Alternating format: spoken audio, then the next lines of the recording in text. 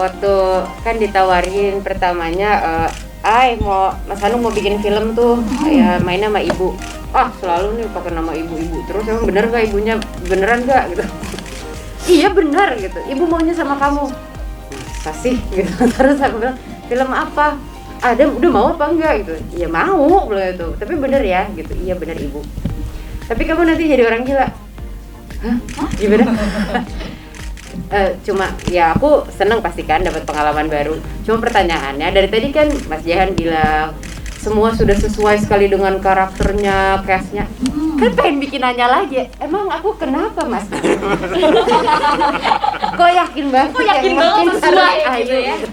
Enggak, tapi ya waktu itu jokes di balik perjalanan film Just Mom ini gitu. Tapi memang benar gitu, waktu itu setelah Ibu Christine lock jadwal dan lain sebagainya, terus aku hadir, terus kayak oke, gitu. Untuk kesekian kalinya aku berkesempatan dan berjodoh sama Ibu Christine gitu, cita-citaku dari sebelum lahir kayaknya ya. Wow, agak lama ya. Aja. Jadi sulitnya adalah aku tuh bingung ya kalau misalnya waktu itu mau, jadi sebenarnya banyak ngobrolnya sama Mas Jehan sama Karin mengenai sudut pandangnya mau ODGJ yang seperti apa sih gitu. Tapi selebihnya juga waktu itu aku sempat ada hal-hal lucu yang aku nggak percaya ada sesuatu yang kebetulan. Jadi sebulan sebelum aku dapat tawaran film Just Mom, tanteku yang dokter di Surabaya lagi cerita sama keluarga bahwa dia sudah pensiun tapi lanjut dipekerjakan di rumah sakit jiwa. Kalau keluarga yang lain tuh kayak bener loh di rumah sakit jiwa, udah sesimpel itu. Terus si Ayu Shita ini cerewet banget, Mami terus kalau orang gila kalau diajak ngobrol gimana? Terus kalau Mami kalau ngobrol sama mereka nggak takut? Terus gitu aku tanya aja gitu. Padahal aku nggak tahu waktu itu aku mau ditawarin film ini. Belum tahu ya. Sebulan sebelum gitu. Jadi ketika ditawarkan aku kayak ke-recall aku pernah nanya itu. Aku sharing, ngobrol dan lain sebagainya. Terus ada pendekatan karakter yang cukup aneh. Kenapa tuh? Ya maksudnya aku mempelajari karena kan aku nggak datang ke rumah sakit jiwa langsung gitu, aku nggak nanya, mau ngobrol juga bingung, ntar nggak nyambung gitu kan. Jadi untuk melihat gerak-geriknya sedikit banyak kurang lebih aku paham gitu, tapi untuk spesifiknya murni ini aku mau bawanya apa ya, dia takut akan apa, traumanya seperti apa gitu, karena kan pasti background dan backstory-nya masing-masing karakter akan significantly berbeda gitu dari satu dengan yang lain. Nah kalau Ayu waktu itu Ayu tuh di kehidupan nyata seperti Ibu Siti tapi bukan anak manusia, tapi anak kucing yang aku pelihara gitu. Jadi setiap ada stray cat datang, aku persilahkan untuk tinggal di rumah dan lain sebagainya.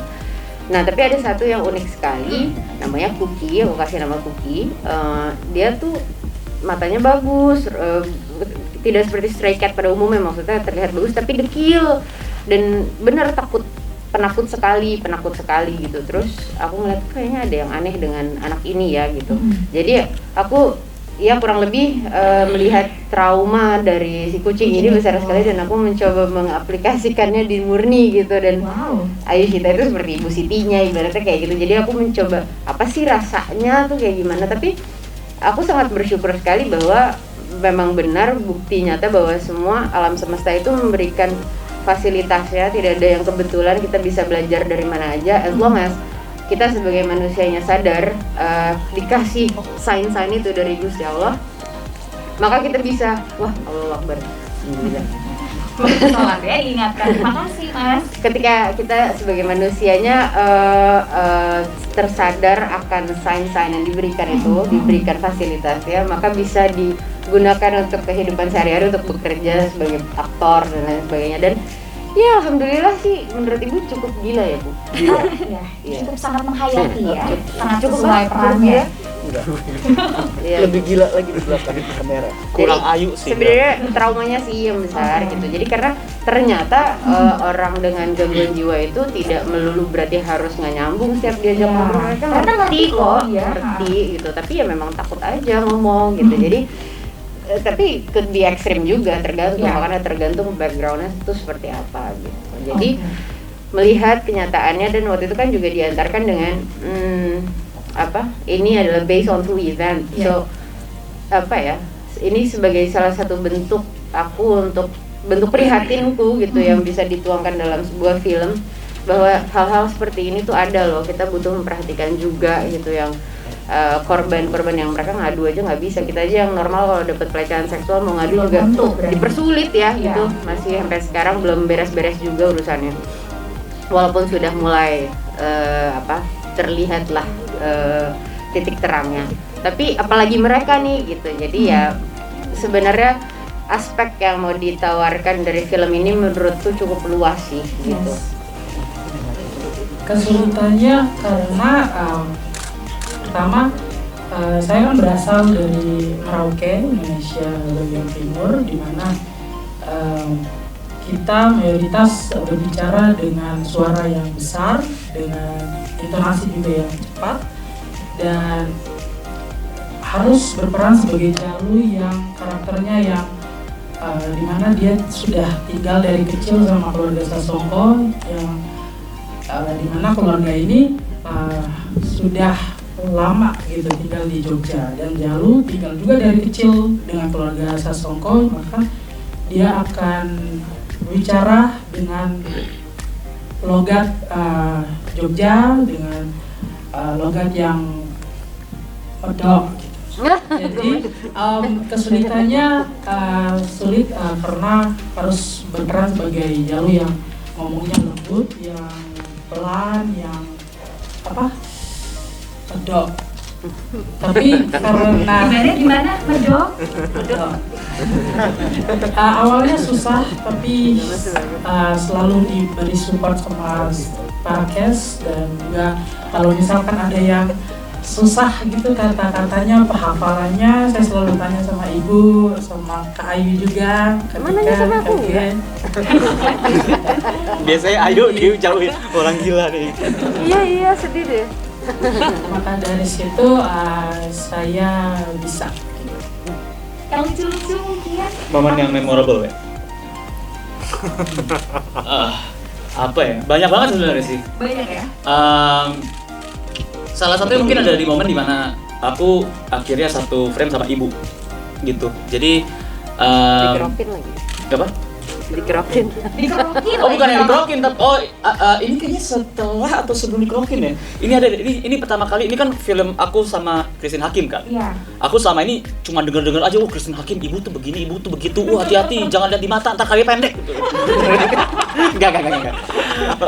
Tapi jadi begini, Mas Jihan datang bersama Pak Mandala. Pak Mandala itu adalah DOP-nya. Dia bilang, "Oke, kita sekarang latihan scene ya. Ntar kamera begini gitu." Oh, latihan. Kalau latihan biasanya tuh energi itu nggak 100%, Mbak. Kalau latihan itu biasanya tuh ya udah, kita cuma deliver aja. Nanti blockingan kamera, kita posisi gimana. Oke, pas latihan action gitu, keluarlah ibu urak-urakan, rambut berantakan, mata sembab, full power. Terus aku ngeliat kayak loh. Sampai aku mikir, ini beneran atau latihan nih? Kalau beneran wah kalah start nih gitu kan. Aku nggak lihat kanan kiri, yang aku tahu adalah oke, di sini nih di sudut pandang mata itu ada Pak Mandala lagi ngeliatin Mandela lagi ngeliatin kamera, sama Mas Jihan lagi fokus kayak gini, berarti kayak jangan-jangan ini bener lagi gitu kan. Aduh, pas udah jadi sebelumnya itu aku minta maaf sama ibu. Bu, maaf bu, aku kira latihan. Terus loh, memang latihan kata ibu, terus ibu dipil aja. Jadi ternyata kalau Ibu Christine itu tuh kalau misalkan dia latihan atau enggak, dia akan selalu memberikan 100% bahkan lebih gitu. Di lain tangan, di scene yang sama juga, di situ akan ada aku sama ada satu suaminya Mbak Niken di situ, dan harus ada Toran juga di situ. Toran itu harus ada dialog sebenarnya. Datang nih. Toran udah sebut nih. Kenapa? Datang nih Mas Jihan. Coba ini kita reading dialognya gimana? Dialog terus pas Toran, kok gitu ya Jalu ya? Yaudah, coba dialog ke Jalu, coba kasih ke ini. Dialog lagi. Enggak, coba. Nah itu G aja yang ngomong gitu. Makin lama kan makin dikit dia nih dialognya tuh. Sampai akhirnya kayak, yaudah Jalu nggak usah ngomong sama sekali gitu. Oh iya. Dan baru kali ini aku ngeliatnya di sini tuh ya. Baru kali ini aku ngeliat ada aktor yang dialognya itu nggak diambil nih, dialognya diambil terus dia kayak yes. Makan gaji buta dia. Itu sih. Itu adalah pengalaman yang Biasanya minta dialog sama aktor. biasanya minta dialog apa kek gitu. Apa gitu misalnya. Ini enggak orang enggak kayak yes, aku enggak peduli. Aku bisa TikTok lagi gitu. Dia banyakan TikTok. Jadi banyakan tuh ini. Kelihatan ya beda umurnya emang kelihatan banget kayaknya di situ ya. Kelihatan. Dia ini untuk pertama kali yang ngeliat orang mungkin dia begini, dia emang pemalu gini kan. Tapi ketika kalian memalingkan sedikit aja ya, itu dia bakal goyak pargoy apapun itu. TikTok banget ya, TikTok banget. Kurang lebihnya relate sih, karena di kehidupan asliku aku juga anak perempuan pertama di keluarga. Jadi karakternya Pratiwi sama karakter aku tuh lumayan mirip. Dia tuh sok ngatur, sok kuat, cerewet. Aku mengakui loh kalau aku sok ngatur di rumah, aku mengakui. Iya. Di lokasi syuting gimana? Oh iya. Enak aja. Ya dikit. Kebawa karakternya. Cuman itu tadi sih aku ngerasain sebagai Pratiwi itu kayak kurang lebih kayak kehidupan pribadiku juga gitu, dimana aku berusaha sok paling kuat. Padahal sebetulnya aku tuh yang paling rapuh juga, yang paling gengsi, tapi paling perhatian. Cuman ya pasti ada perbedaannya juga lah. Mungkin kalau aku aslinya tuh lebih serem ya? Lebih serem, lebih gitu deh, to the point kali ya. Cuman kalau Pratiwi ini lebih kalem. Langsung ingat sama ibu. Kenapa? Langsung ingat sama ibu. Aduh, aku begitu baca skripnya sih, aku kayak ditamparin terus ya. kayak dibacain dosa-dosanya gitu. Kayak aduh, oh iya nih aku nggak boleh gini sama ibuku. Jadi benar-benar abis syuting film Jasmam tuh pulang-pulang aku langsung mendekatkan diri lagi. Bukan berarti aku jauh dengan ibuku ya, cuman kan emang kesibukan syuting kan lumayan memakan waktu, dan biasanya aku habis syuting mungkin gak kalah lanjut syuting lagi atau berkegiatan yang lain. Tapi begitu habis syuting film Jasmam aku dikit-dikit ibu dikit-dikit video call, jadi lebih pengen lebih dekat lagi sama ibu. Ya. Jadi karena ibu itu ya ibu, tapi ibu mempunyai, pasti setiap ibu itu mempunyai latar belakang dan perjalanan hidup yang berbeda-beda gitu ya. Begitu juga, jadi mempelajari dapat peran Ibu Siti ini ya, belajar tentang hidup, memahami karena ibu itu buat ibu itu nggak bisa hanya digambarkan dengan kata-kata. Cintanya terkadang beyond our imagination gitu loh. Terus dan perannya juga gitu ya, unbelievable, dengan multi peran seorang ibu. Kadang-kadang dituntut ibu banyak sekali kan ibu yang juga menjadi tulang punggung keluarga, ya. Belum lagi perannya ya sebagai ibu, sebagai pendidik, sebagai istri, ya, sebagai pelindung, masya Allah gitu loh. Jadi ibu rasa sampai akhir hayat tuh rasanya untuk memahami keberadaan peran ibu sesungguhnya di dalam kehidupan ini tidak pernah kita bisa berhenti untuk menggali terus gitu loh. Jadi begitu juga di film ini gitu. Banyak sekali pembelajaran yang ibu pribadi dapatkan sebagai manusia, yang kemudian yang mudah-mudahan pembelajaran apa yang ibu dapatkan ini gitu ya, untuk kita bisa lebih menghargai keberadaan ibu. Kita tahu kita mencintai ibu, tapi kadang-kadang juga it's not fair, walaupun ibu tidak pernah menuntut ya seperti Ibu Siti gitu ya, dengan kesibukan anak-anaknya sering sekali mengalah.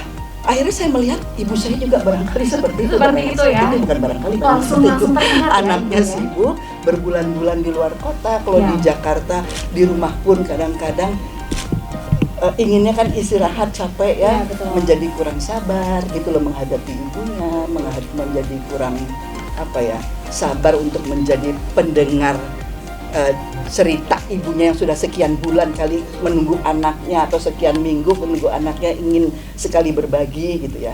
Inilah. Ibu nggak capek ya ngurus 3 anak? Kamu nggak boleh lo bicara seperti itu. Ibu ini ada untuk kalian. Dek, jaga ibu ya. Oke, Mas. Dek, ibu kepikiran Murni terus. Ibu kok mikirin orang lain terus sih? Ya, kok malam-malam banget deh.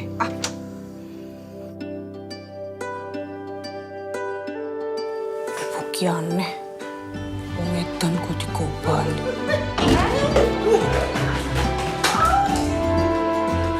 Kayak diwangi loh, Mbak.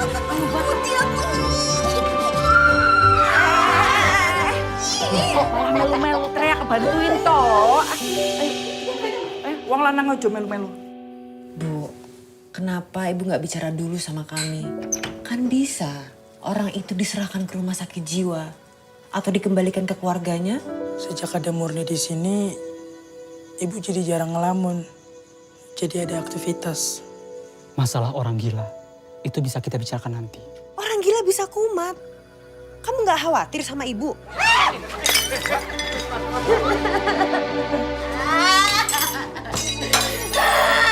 Ibu coba rawat dulu ya. Tante, coba buka pakai ini.